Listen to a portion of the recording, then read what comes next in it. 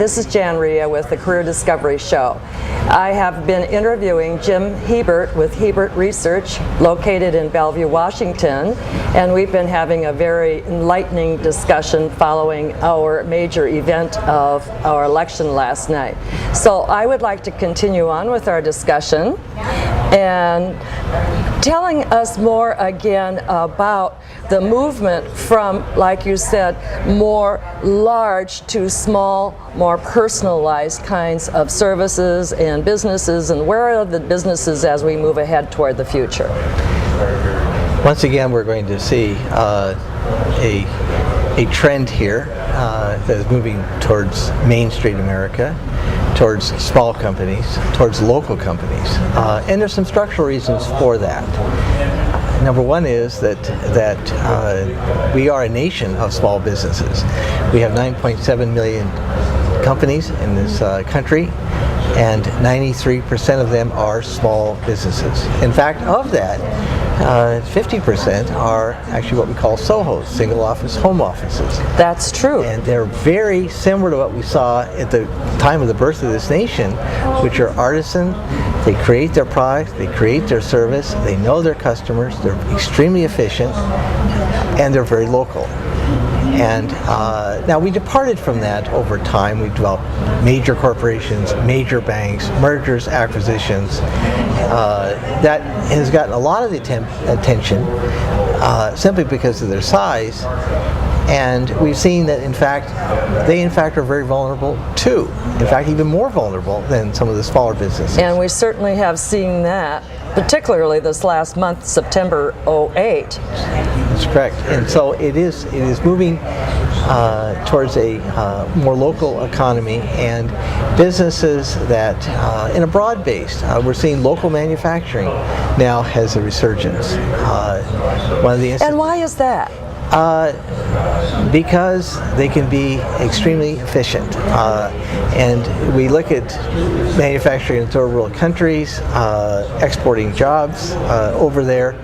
But in fact, the cost of energy today, the cost of bringing the product, the inventories that are necessary, and the inefficiency in connecting with a third emerging world which has a very different quality system than our system, and we have an example of that with the Dreamliner at Boeing. That's right. And one of the other variables is called the T variable, time. And time is very important, and when you talk about shipments that take weeks, days, it is a consideration when you're looking at just-in-time type of manufacturing. So local suppliers and companies, small is important. Small is beautiful again. It is, and therein lies also the tremendous innovation that we're going to need for new products, new technologies, small companies, that an entrepreneur that has an idea. Yes. I'm wondering how education figures in all of this, because my sense is, having been in education world for 30 years now, that it's also an artifact from the manufacturing age. It's, almost becoming a factory where you usher in students and then you send them out with little skills, particularly when it comes to self-employment or entrepreneurialism. You raise an important issue, and once an institution, as Thoreau said, becomes institutionalized, it is deemed for failure. And this is so true of even our educational institutions, that they are not connecting with the marketplace, with the needs. And there are some critical areas in education that are important. We hear so much about teaching math and science and communication skills, which as an employer, and math is part of our company, so it's definitely one it's critical. But there are other areas to teach that are important. One of them is values and ethics. The importance of giving back to the community, making that contribution and investment in the community, looking at a career and not just a job. There are Do you think, I'm thinking of, again, the 60s where we had the whole idea of creating a entity where our young people would go abroad and contribute for 2 years with, and that whole idea of serving others being important again. Public service. I discovered this tremendous interest when my partner at Costco, Tim Rose, and I decided to purchase the Carnation Farm and from Nestle, which is a large company. And here's a buyer and a researcher that decided to buy a $20 million farm, and we did, for the sole purpose of providing a camp for 1,200 children each year that have serious terminal illnesses, and to create an experience, to create hope for them, to create something that is outside of a medical facility. Yes. That is a true camp experience where they can have fun and all the children can experience that, not just those that is fully paid for by our organization. And what I have been so amazed at is, in these tough economic times, the amount of financial interest that is behind us that we didn't anticipate, and secondly, the number of volunteers that simply want to take and dedicate their vacation time to working with children, and we need them. That again is local.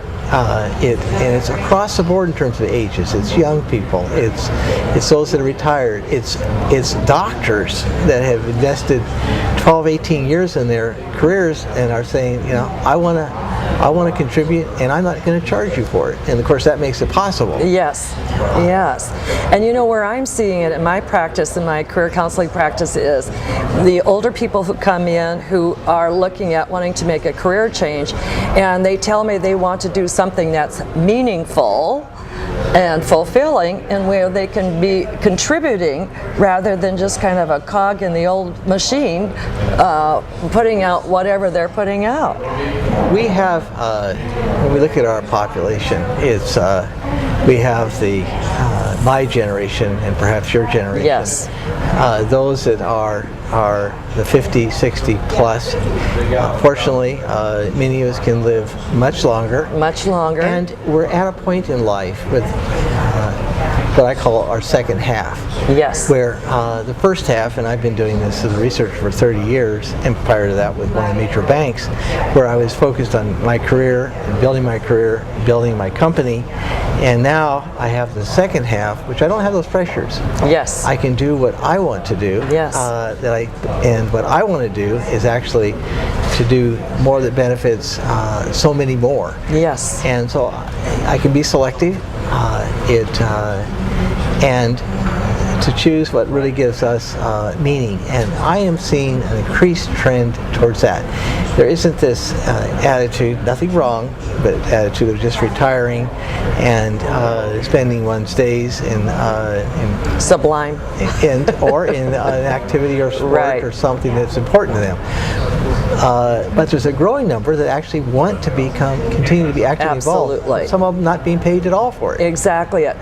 And you know, this can be another whole topic, because just as Naismith said in Megatrends, he said, you know, I really did not forecast the trend of aging, and what a huge trend that is, and the implication in terms of all sectors. If you think of healthcare, if you think of again now, you know, with the financial community and our investments going out, having to return to work again, and how we understand that when we contribute, it creates vitality in us, it keeps us alive, it makes us thrive. And I think we are going from external reinforcement, money, security as it, you know, a constant paycheck, to internal, more where I am doing something that I feel is meaningful, where I'm connecting with others and I'm making a greater impact on the world.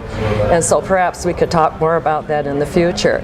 So I appreciate you sharing with us your information in this very, very vital time, Jim. Thank you. And this is Jim Hebert with Hebert Research. And what is your website? Our website website is hebertresearch.com. hebertresearch.com. This is Jan Reha with CareerDiscoveryInc.com, and we will continue talking in the future. Thank you.